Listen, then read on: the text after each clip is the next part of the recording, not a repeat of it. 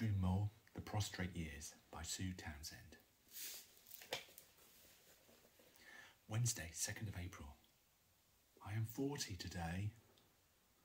What have I done with my life? I've lost 2 wives, 1 house, 1 canal side apartment, a head of hair, and my health. The gains have been few. 2 sons, a daughter, some first editions, and a body of literature that no one will ever publish. I had told my mother that due to my depression, I didn't want any kind of celebration. She agreed, although she looked a bit disappointed. At about 6 o'clock, she came back in and said, "Your father wants you to take you down to the Bear to celebrate your birthday with a drink."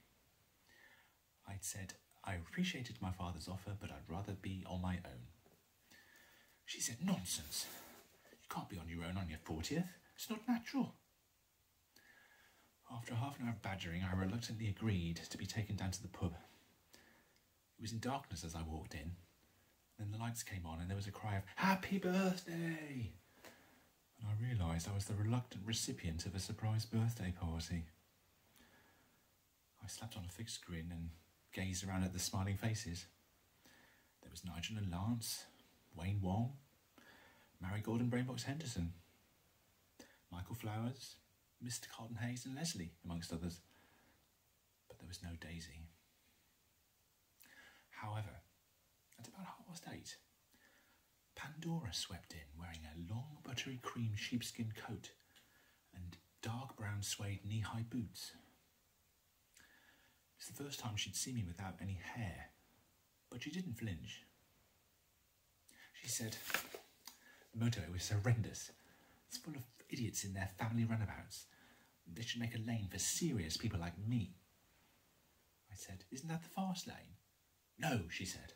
"It's not fast enough." She fixed me with a glittering eye and said, "I want an update on that fucking prostate of yours." I told her that the tumour appeared to be shrinking and that the oncologist said there were grounds for optimism. She did look impressed. Alistair Darling said much the same about the economy before the pound took a nosedive. When she asked me to dance, I said, "Oh, you know I can't dance, Pandora." She pulled me to my feet and said, "Nonsense.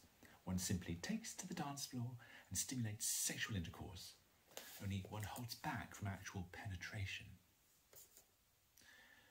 I allowed her to take me in her arms and we shuffled around in the space in front of the bar.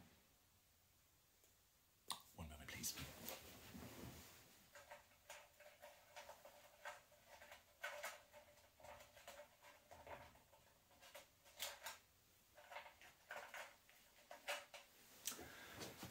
Thursday, April the 3rd. At 10:30 last night, I told Pandora I was exhausted and would need to go home. She said, "I can't face that drive back. Can I stay at yours?" I said, "Well, Bernard's in the spare room, but you're welcome to have the sofa." She stroked my bald head and said, "Darling, I don't do sofas. I'll just climb in with you in your lonely marital bed." I nodded, unable to speak, because I'd forgotten to breathe. Before we got into bed, Pandora said, "Adi, I'm trying sexual abstinence for a year." She then told me that the last person she'd had sex with was a Tory frontbencher in front of the Speaker's chair. "Not while the Commons were sitting," I gasped. No, but I felt disgusted. "I mean, a Tory," she said. I put my pyjamas on, climbed into bed. I was relieved that there was to be no sex. Although my spirit was willing, my poor reproductive organs, it would have been a bridge too far.